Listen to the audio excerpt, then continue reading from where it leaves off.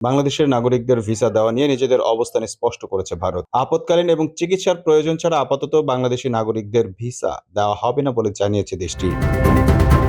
রোববার ২৯ সেপ্টেম্বর রাতে কলকাতার সংবাদ মাধ্যম আনন্দবাজার এক প্রতিবেদনে এই তথ্য জানায়। ভারতের পররাষ্ট্র মন্ত্রণালয়ের মুখপাত্র রণধীর জয়সওয়াল বলেছেন, বাংলাদেশিদের আপাতত চিকিৎসা এবং জরুরি প্রয়োজনে ভিসা দেওয়া হচ্ছে। যখন বাংলাদেশের পরিস্থিতি স্বাভাবিক হবে তখন পূর্ণমাত্রায় কাজ শুরু হবে এবং ভিসা প্রদানও স্বাভাবিক হবে।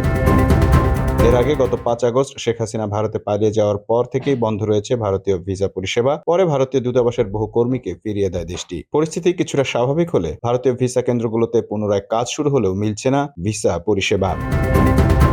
ভারতীয় ভিসা আবেদন কেন্দ্র জানিয়েছে, প্রাথমিকভাবে ভিসা সেন্টার খুলছে ঢাকা, রাজশাহী, চট্টগ্রাম, সিলেট এবং খুলনায়। তবে এখনই সকলে ভিসা পাবেন না। কেবলমাত্র যারা চিকিৎসার জন্য ভারতে যেতে চান তাদেরই জরুরি ভিত্তিতে দেওয়া হবে অগ্রাধিকার। বাংলাদেশের নাগরিকদের ভিসা দেওয়া নিয়ে নিজেদের অবস্থান স্পষ্ট করেছে ভারত। আপৎকালীন এবং চিকিৎসার প্রয়োজন ছাড়া আপাতত বাংলাদেশি নাগরিকদের ভিসা দেওয়া হবে না বলে জানিয়েছে দেশটি। রোববার ২৯ সেপ্টেম্বর রাতে কলকাতার সংবাদ মাধ্যম আনন্দবাজার এক প্রতিবেদনে এই তথ্য জানায়। ভারতের পররাষ্ট্র মন্ত্রণালয়ের মুখপাত্র রণধীর জয়সওয়াল বলেছেন, বাংলাদেশিদের আপাতত চিকিৎসা এবং জরুরি প্রয়োজনে ভিসা দেওয়া হচ্ছে। যখন বাংলাদেশের পরিস্থিতি স্বাভাবিক হবে তখন পূর্ণমাত্রায় কাজ শুরু হবে এবং ভিসা প্রদানও স্বাভাবিক হবে। এর আগে গত ৫ আগস্ট শেখ হাসিনা ভারতে পালিয়ে যাওয়ার পর থেকেই বন্ধ রয়েছে ভারতীয় ভিসা পরিষেবা। পরে ভারতীয় দূতাবাসের বহু কর্মীকে ফিরিয়ে দেয় দেশটি। পরিস্থিতি কিছুটা স্বাভাবিক হলে ভারতীয় ভিসা কেন্দ্রগুলোতে পুনরায় কাজ শুরু হলেও মিলছে না ভিসা পরিষেবা।